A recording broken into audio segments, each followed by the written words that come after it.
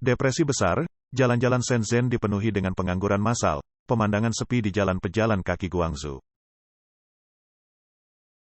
Seiring berkurangnya berita tentang sejumlah besar pengangguran di kota-kota utama China mulai memudar. Hal itu sekali lagi menarik perhatian dengan munculnya video baru-baru ini di media sosial. Video-video ini menggambarkan sejumlah besar orang yang menganggur di jalan-jalan di Shenzhen dan pemandangan yang sepi di jalan pejalan kaki terkenal di Guangzhou, Shangxiajiu. Video-video tersebut dengan cepat menjadi viral dan menyoroti tanda-tanda mengerikan dari depresi ekonomi besar di China.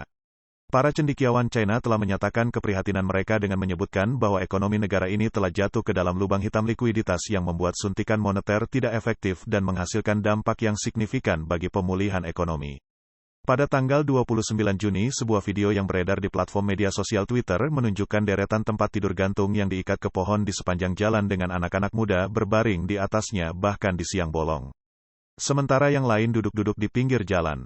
Jalanan tampak sepi dengan hanya sepeda motor sesekali melintas.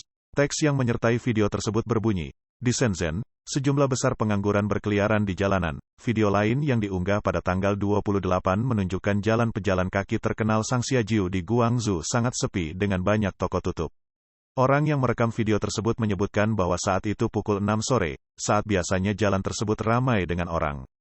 Sulit dipercaya kecuali dilihat dengan mata kepala sendiri bahwa ini adalah Shangxiajiu. Pengguna tersebut berseru bahwa banyak orang berpikir setelah pandemi akan ada pemandangan yang ramai dan berkembang, tetapi kenyataannya sangat kejam. Apa yang kita lihat sekarang adalah layunya industri yang tak terhitung jumlahnya dengan banyaknya toko yang tutup. Beberapa pegadaian yang cukup sukses selama pandemi telah tutup satu demi satu sejak berakhirnya pandemik. Hanya beberapa pejalan kaki yang tergesa-gesa bisa terlihat di jalan pejalan kaki ini. Fenomena ini sangat menakutkan. Menjelang akhir tahun lalu, setelah PKC menghentikan kebijakan zero COVID-19, ekonomi mengalami pemulihan tetapi dengan cepat kehilangan momentum. Data yang dirilis secara resmi, yang sering dianggap sedikit dipoles menunjukkan pertumbuhan produksi industri sebesar 3,5% secara tahunan pada bulan Mei. Sebagai indikator utama kepercayaan konsumen, penjualan retail tumbuh sebesar 12,7%, lebih rendah dari yang diharapkan 13,6% dan lebih rendah dari 18,4% di bulan April. Data yang meliputi survei pabrik dan perdagangan hingga pertumbuhan pinjaman dan penjualan perumahan semuanya menunjukkan tanda-tanda kelemahan ekonomi China.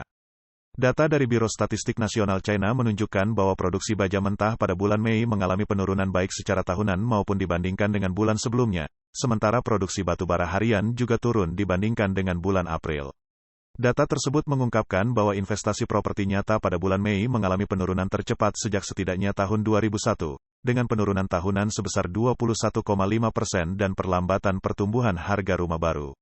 Investasi aset tetap swasta untuk periode Januari hingga Mei mengalami penurunan sebesar 0,1%, berbeda jauh dengan peningkatan investasi entitas milik negara sebesar 8,4%, yang menunjukkan kelemahan kepercayaan bisnis. Kondisi ketenagakerjaan tetap parah, dengan pengangguran pemuda melonjak menjadi rekor tertinggi sebesar 20,8%. Tingkat pengangguran yang disurvei secara nasional pada bulan Mei tetap berada di 5,2%. Gerwin Bell, kepala ekonom Asia di PGIM Fixed Income, mengatakan kepada Wall Street Journal bahwa beberapa analis Wall Street telah secara mendasar salah memahami sifat dari langkah-langkah pencegahan epidemi di China. Saat menerapkan langkah-langkah ini, pemerintah China tetap menjaga agar pabrik-pabrik tetap beroperasi dan sebagian besar aktivitas komersial berjalan. Oleh karena itu, penyebab sebenarnya dari perlambatan signifikan dalam pertumbuhan ekonomi tahun lalu bukanlah langkah-langkah pembatasan pergerakan personel, tetapi justru industri properti. Marco Papik, kepala strategi dan perusahaan manajemen investasi Clock Tower Group, menyatakan bahwa kebijakan zero COVID-19 membuat investor percaya bahwa masalah terbesar China adalah kebijakan pencegahan COVID-19, sehingga sepenuhnya mengalihkan perhatian mereka dari masalah kronis yang sudah lama ada. Kebijakan zero COVID-19 seperti keadaan darurat akut, sementara masalah kronis yang sudah lama ada di China adalah leverage rumah tangga yang terlalu tinggi. Ini merupakan akar masalah dari permasalahan permintaan. Wu Xiaobo, yang dikenal sebagai penulis keuangan paling menguntungkan di China, baru-baru ini memposting di Weibo, menunjukkan bahwa hanya dengan menyelamatkan pasar perumahan, permintaan domestik dapat diselamatkan. Dia menyerukan otoritas untuk membuat pengaturan khusus untuk pajak properti dan hak kepemilikan properti yang akan berakhir. Dalam beberapa artikel, ia juga mengungkapkan pesimisme mengenai prospek ekonomi China. Namun, artikel-artikelnya segera dihapus dan ia dilarang mengirim postingan di Weibo. Pernyataan resmi Weibo melaporkan bahwa Wu Xiaobo bersama dua selebriti internet lainnya memanipulasi tingkat pengangguran, menyebarkan informasi negatif dan berbahaya tentang pasar sekuritas, serta mempublikasikan konten yang menyerang dan menyangkal kebijakan dan sistem manajemen saat ini yang melanggar hukum dan peraturan yang relevan. Meskipun demikian, diyakini bahwa pihak berwenang di Beijing juga menyadari masalah yang dihadapi oleh ekonomi China. Seperti yang dilaporkan sebelumnya, untuk merangsang perekonomian, Bank Sentral menurunkan suku bunga acuan untuk jangka waktu 1 tahun dan 5 tahun pada tanggal 20 Juni sebelumnya ke-6 bank milik negara secara bersamaan menurunkan suku bunga deposito, memberikan margin keuntungan yang lebih besar bagi bank-bank tersebut. Pada saat yang sama, Bank Sentral mulai mengoperasikan mesin cetak secara terus-menerus untuk memproduksi mata uang. Pada tanggal 24 Juni Radio Free Asia mengutip para ahli yang mengungkapkan bahwa volume pencetakan bulanan Bank Sentral mencapai triliunan yuan, mencapai titik tertinggi dalam sejarah. Namun, tanggapan pasar terhadap langkah-langkah ini kurang menggairahkan. Pasar saham China tidak hanya gagal mengalami kenaikan yang signifikan seperti yang awalnya diharapkan, tetapi justru mengalami penurunan yang substansial. Depresiasi yuan terhadap dolar AS semakin memperburuk keadaan, mencapai level terendah dalam 7 bulan. Beberapa ekonom telah menunjukkan bahwa menghadapi permintaan yang lemah dan dari luar negeri, pihak berwenang China mencoba meningkatkan konsumsi domestik untuk mendorong pertumbuhan ekonomi.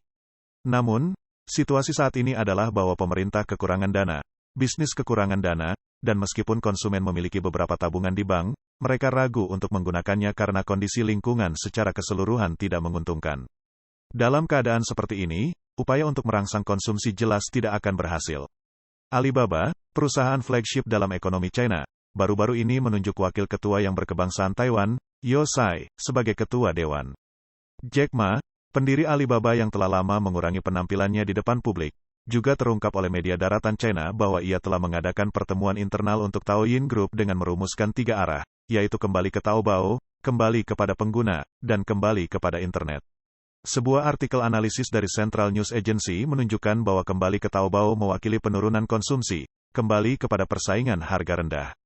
Sandy Ran, CEO dari JD Group, bahkan menyatakan pada tanggal 18 Juni bahwa strategi masa depan mereka akan fokus pada harga yang sangat rendah, menandakan adanya perang harga yang akan melibatkan industri e-commerce dan mengungkapkan keadaan memalukan dari permintaan domestik yang lemah di China.